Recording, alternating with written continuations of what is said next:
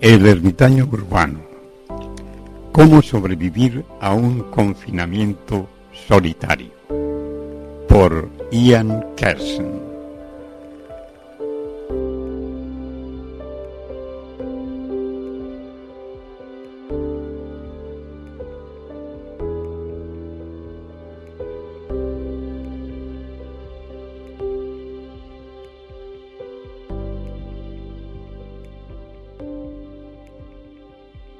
Introducción.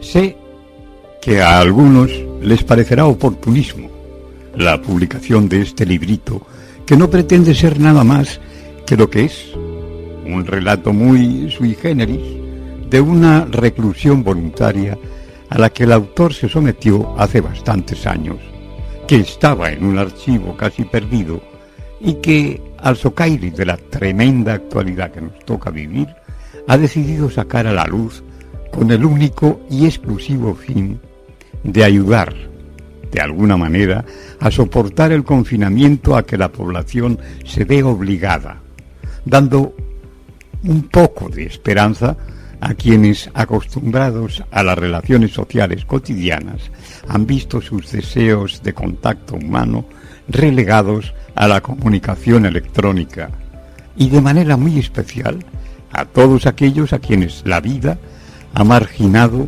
y deben soportar el rechazo y la soledad no elegida. Si tan solo una de esas personas siente alivio al escuchar este audiolibro o al leer las páginas, me consideraré afortunado por haber conseguido mitigar un tanto el desconcierto a que la nueva situación nos ha llevado.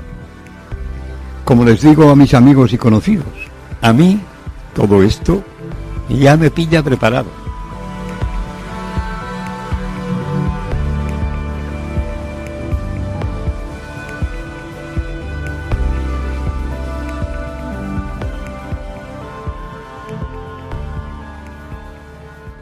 Si me detuviera un momento a meditar en la casualidad de que ya haya vivido la experiencia con tantos años de antelación, y no es la primera coincidencia que constato, me da que pensar que tal vez, solo tal vez, la vida, que es tan sabia, me estaba preparando con tiempo suficiente para los sucesos que ahora están desarrollándose, lo cual me llevaría a la conclusión de que las cosas suceden siempre por algo, que las casualidades no existen, pero las causalidades sí, y que soy muy afortunado de saber con antelación lo que nos deparará un futuro más o menos lejano, pese a la cansina reticencia de quienes lo niegan, pasando por encima de las evidencias, en un afán de menoscabar las cualidades que el universo y los genes como portavoces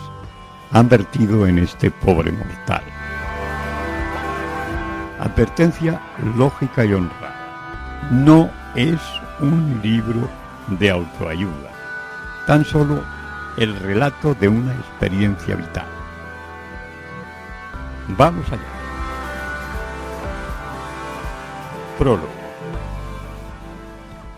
Ya ni recuerdo la fecha exacta en que escribí esto. Calculo que hace entre unos 16 y 20 años. Lo que sí recuerdo es que era mucho más joven y que el Alzheimer no me había hecho olvidar lo que ahora ya ni aparece en mi memoria instantánea.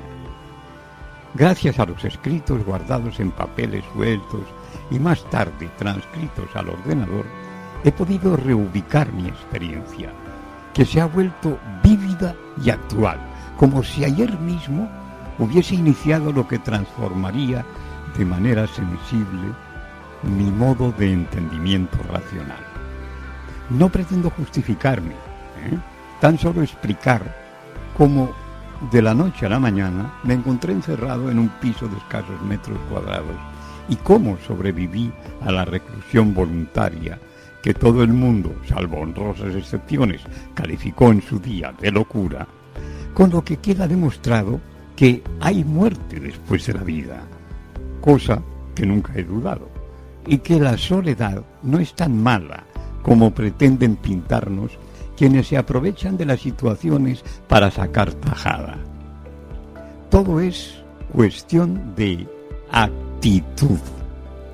Esa misma fuerza cinética que nos salva en momentos de peligro o que nos impulsa a emprender acciones sin pensar demasiado en sus consecuencias. No es que pretenda comparar la reclusión con las aventuras de Indiana Jones, pero sí hacer notar que lo que de ejercicio físico y adrenalina se gasta en aquellas, aquí, en mi caso, se traduce por unas duras condiciones del aparato sentimental para superar ciertos obstáculos que nuestro yo más abyecto nos va poniendo en el camino para probarnos y que no todo el mundo consigue vencer. A día de hoy, el COVID-19 se ha cobrado numerosas víctimas, por desgracia, no solo en su forma más letal, sino en la psicológica, que es más sutil, pero tan maléfica como la anterior, dejando secuelas difíciles de superar sin ayuda especializada, que saldrán más adelante a la superficie con el tiempo y cuyas consecuencias son todavía imprevisibles. Ermitaño urbano. Capítulo 1. Una vez estuve tentado de sacudirme el polvo de la cotidianeidad a fuerza de encierro voluntario en los escasos metros cuadrados de mi pequeño piso ciudadano, pasando de todo. Fue una experiencia única por lo inusual, por lo que de rotura de molde significaba en aquel entonces. Ya he dicho que han pasado de 16 a 20 años. Quería saber qué sienten esas personas que, bajo la enorme presión social del día a día, se lían la manta a la cabeza y cierran a cal y canto sus casas con ellos dentro durante meses e incluso años. ¿Qué se piensa durante ese tiempo de cárcel deliberada? ¿Y cómo se asume la falta de trato directo con otros seres vivos, aceptando la soledad no como algo impuesto, sino intencionado? Muy de vez en cuando, en la tele, en los programas de servicio público, que son esos que tratan temas del corazón casi con rigor informativo, aparece alguien que, por error o por voluntad materno-paterna, ha permanecido encerrado o encerrada durante años en una casa en el campo o en un minúsculo zulo acondicionado como vivienda. Esos son remanentes de otros tiempos. Son anacronismos vivientes de cuando debía esconderse a toda costa un hijo bastardo, un criminal de guerra o una minusvalía psíquica o física para no pasar por la vergüenza que ello comportaba en su día. Pero los nuestros son otros tiempos, y quienes salen ahora en la televisión porque sus vecinos mosqueados, rabiando de curiosidad, denuncian que hace tanto tiempo que no han visto a fulano o menganita y si les habrá pasado algo, esos, decía, son pobres infelices, carne de psiquiátrico o de geriátrico, llenos de fobias, gente que no puede admitir la vida tal como la sociedad pretende que sea, y por ello solo conciben la felicidad lejos de la realidad, entre comillas, creándose ellos la suya propia, sin tener que dar explicaciones a nadie. No son los prototipos en los que me basé para emprender mi pequeña aventura, ni por afinidad personal ni por ideología.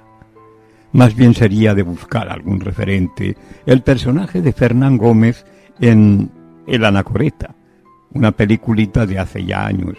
¿Quién se acercaría a mis intenciones? Un hombre sarcástico de carácter inquebrantable e ideas libertarias hasta el cráneo de aguantar todo lo que aguanta cada hijo de vecino con tal de sobrevivir, que no se calla nada por nadie y que les tiene amargada la vida a sus parientes más cercanos que viven con él en el mismo piso, se encierra en el cuarto de baño previamente acondicionado, un cuarto de baño grande donde cabe una cama, una mesa, sillas, etc., decidido a permanecer allí tanto tiempo como le apetezca. Supondrán, quienes no hayan visto la película, la de situaciones de todo tipo a que da lugar la historia. Pues bien, la mía puede decirse que fue una decisión casual. Una vez en que, llena la despensa de víveres, no tenía ninguna necesidad de salir a comprar alimentos, mientras estos duraron, me di cuenta de que me sentía muy bien en casa, completamente de acuerdo conmigo mismo, sin necesidad de consejos inútiles de amigos, ni conversaciones intrascendentes con las amigas, sin aguantar los malos rollos de la calle o en lugares públicos, por no hablar del ruido ensordecedor de automóviles y maquinaria variada. De esa forma fue pasando el tiempo sin apercibirme de ello, y cuando quise darme cuenta ya llevaba un mes en casa. Entonces fue cuando se me ocurrió prolongar el placer de la soledad bien entendida, estirando la situación todo lo que ésta diese de sí.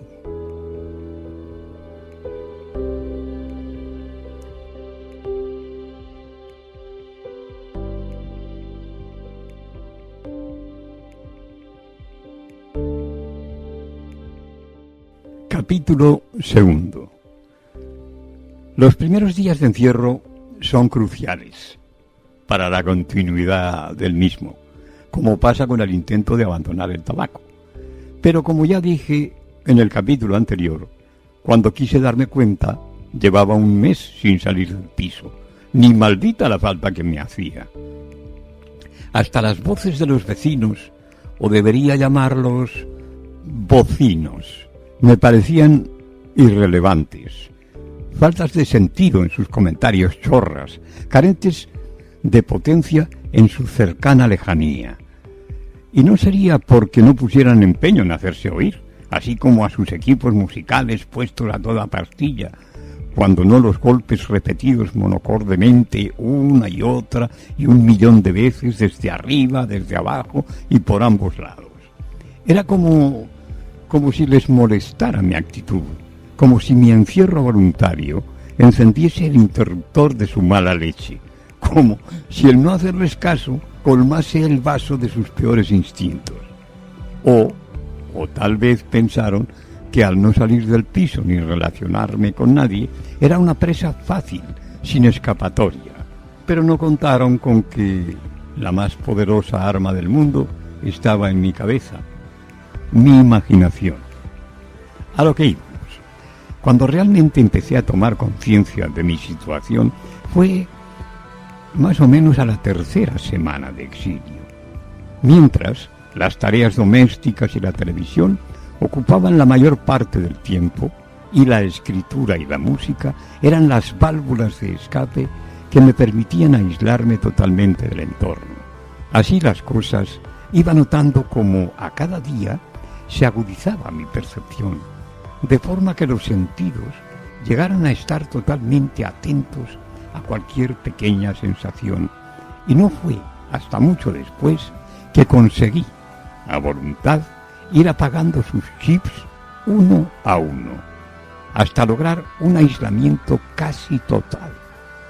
Tuve que emplear para ello 1000 trucos que se me ocurrían sin pensarlos, encontrándolos realmente eficaces por el viejo método científico de prueba y rechazo. Algún que otro libro, la verdad sea dicha, me ayudó a conseguirlo. Y lo curioso es que eran textos a los que en otros tiempos no les había dado mayor importancia y que ahora revelaban todo su contenido ante mis ojos sorprendidos. Decididamente era una buena idea la del aislamiento temporal. Ni pensar en plantearme una fecha.